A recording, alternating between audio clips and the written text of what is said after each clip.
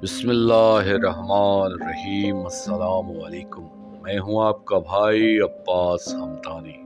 आज का हमारा टॉपिक हुकूमत इलाहिया के क़याम के लिए दुआ करने के फ़वाइद। दोस्तों, हुकूमत इलाहिया के क़याम के लिए दुआ करने की बहुत ज़्यादा ताकीद का मौजूद होना हमारे जहनों में एक सवाल को जन्म देता है कि इस दुआ की अफादियत क्या है। इस दुआ के फ़वाइद व फ़ज़ाइल लातादाद हैं। इस मौजू पर माजी करीब में 2 ज़ख़ीम जिल्दों पर मुश्तमिल एक किताब छप चुकी है जिसका नाम मकियाल अल मकारम है और वो फ़ारसी ज़बान में है। जो लोग इस बारे में ज़्यादा तफसील में जानना चाहते हैं, इनसे दरख्वास्त है कि वो इस किताब का मुताला करें जो अब उर्दू में भी दस्तयाब है। ताहम वो चंद फ़वाइद जिनका पहले जिक्र हो चुका है, इनको यकजा करके दोबारा लिखना ज़रूरी महसूस होता है। नंबर 1, अल्लाह ताला इस शख्स के सारे गुनाह माफ़ फरमा देता है जो हुकूमत इलाहिया के क़याम के लिए दुआ करता है। नंबर 2, ये दुआ इसे बुरे वक्तों में शर्मिंदगी से बचाती है।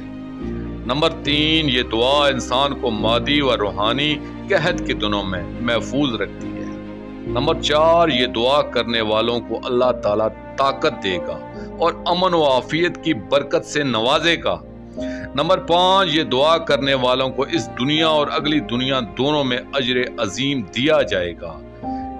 नंबर 6, इनको अब्दी जिंदगी अता की जाएगी।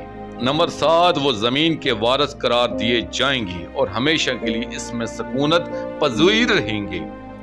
नंबर 8, वो खुदा के तस्कीन बख्श चेहरे की ज़ियारत करेंगे। नंबर 9, इनकी कुव्वत यानी हुकूमत इलाहिया जल्द कायम की जाएगी।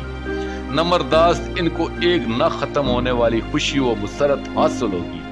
नंबर 11, आखिरी और अहम बात यह है कि ये दुआ नहायत मौजू और अहम दुआ है।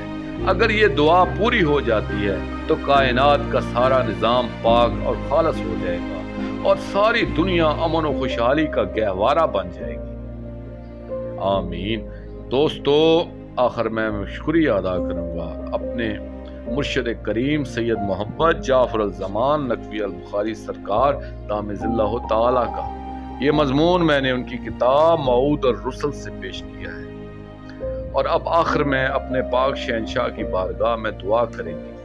अल्लाह जल या बलदल अमीन, अल्लाह जल या मुजीबुल दावात, अल्लाह जल या सफीनतुल नजात, अजरल्लाहु ताला फरजक व सलवातुल्लाह अलैका या रब्बा मुहम्मदिन व आले मुहम्मद सल्लल्लाहु मुहम्मदिन व आले मुहम्मद वाजिल फरज आले मोहम्मद सल्लल्लाहु अलैहि वसल्लम।